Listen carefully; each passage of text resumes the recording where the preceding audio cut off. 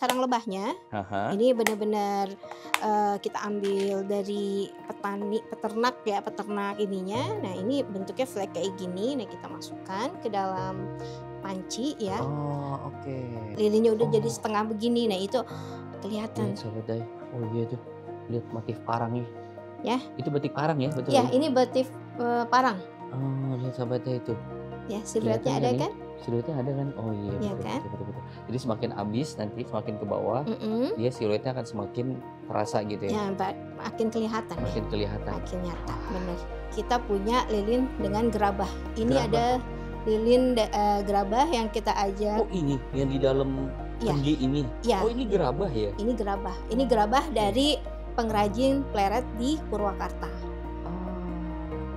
Nah, setelah jadi biswek itu, nah nanti baru dijadikan lilin. Mau lilin bentuk apa, nah dari situ sahabat Day.